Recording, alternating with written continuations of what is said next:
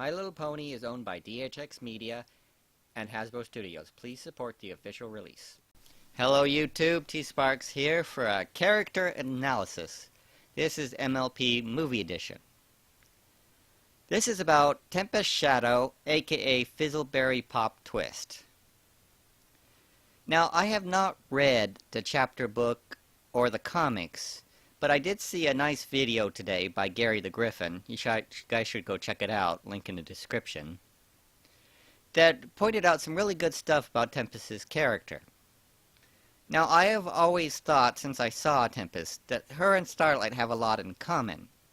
In fact, they're pretty similar. If Starlight's story had been a bit more physically tragic, they'd be almost identical. Now, Gary brought up some good points about Tempest. That she may have actually been trying to commit suicide by stopping the Storm King and saving Twilight. I don't know if I agree with that. In a higher rated movie, I'm sure that would be the case, but this is MLP. They killed the Storm King, but they still kind of indicated he's alive, because, you know, you gotta just keep that ambiguous.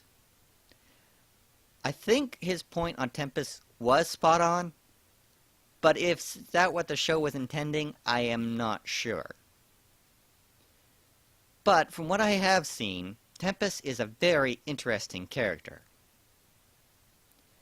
And I hope we get to see her in Season 8. There's some rumors that we might, but you never know with this show. But anyway, Tempest's backstory is pretty interesting. I think it'd make a great spin-off series in and of itself. You know, just a few short films or something. The story of Tempest Shadow. But we know they're not going to do that.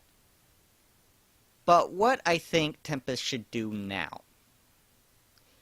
And, Gary, I don't mean to be stepping on your toes here, but I have a few issues. For one, do you really think they're gonna punish Tempest?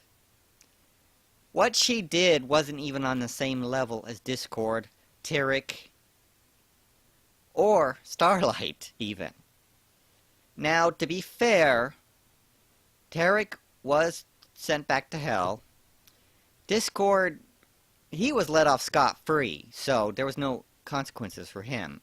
Starlight was also let off scot-free, but she actually undid her damage by restoring the timeline, so no one actually died because of Starlight. Now, it could be argued Tempest is responsible for several deaths, and the death of the Hippogriff civilization. But MLP has shown a history of not holding grudges against tyrants. Except Sombra, you know, they killed him, but that was Season 3. They thought the show was ending. Anyway, I do not think Tempest will be punished whatsoever. Hell, they let the Storm King's soldiers into the party at the end. And they were the ones terrorizing the ponies and putting them in chains. Now, would the princesses want revenge against Tempest? I don't think so. I bet Luna will hold a grudge. But Celestia is pretty much over it at this point. Hell, she didn't even seem that mad at Chrysalis. And there is no way the princesses would ever turn against Twilight's wishes. And we all know Twilight wants Tempest to stay. So I do not think Tempest will be punished at all. That's just not the show's MO. I think, well, this is what I want to happen. I know it won't, but I want Tempest to stay and become Twilight's personal guard.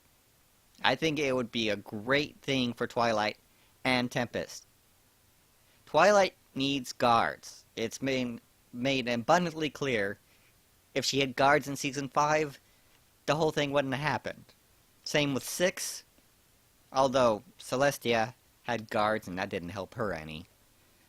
But, as we've seen, Tempest is very competent. None of the royal guards have showed to be competent at all, but Tempest definitely is. And you could see at the end there was a definite spark between Tempest and Twilight. I think Tempest really respects Twilight. The shipper in me wants to make it a little bit more than that, but we'll leave that by the wayside for now. Anyway, that's what I want from Tempest. To show up in the show in Season 8 and become like the new Starlight. Although everybody loves Tempest and a lot of people still hate Starlight. Never did figure that out. But that's what I want to happen with Tempest. And I personally don't have a disability and don't know what it's like, so I'm not even going to pretend to understand what it was like for her growing up like that. I know she was ridiculed by her friends. They were pretty just, well, scared of her, is what they were. And it's obvious she must not have had parents, or very supportive parents at all, because she just kind of took off and never came back. Now, according to the comic and the book, she apparently tried to stay, but her friends went off to magic school without her, and she decided to leave town and turn to evil.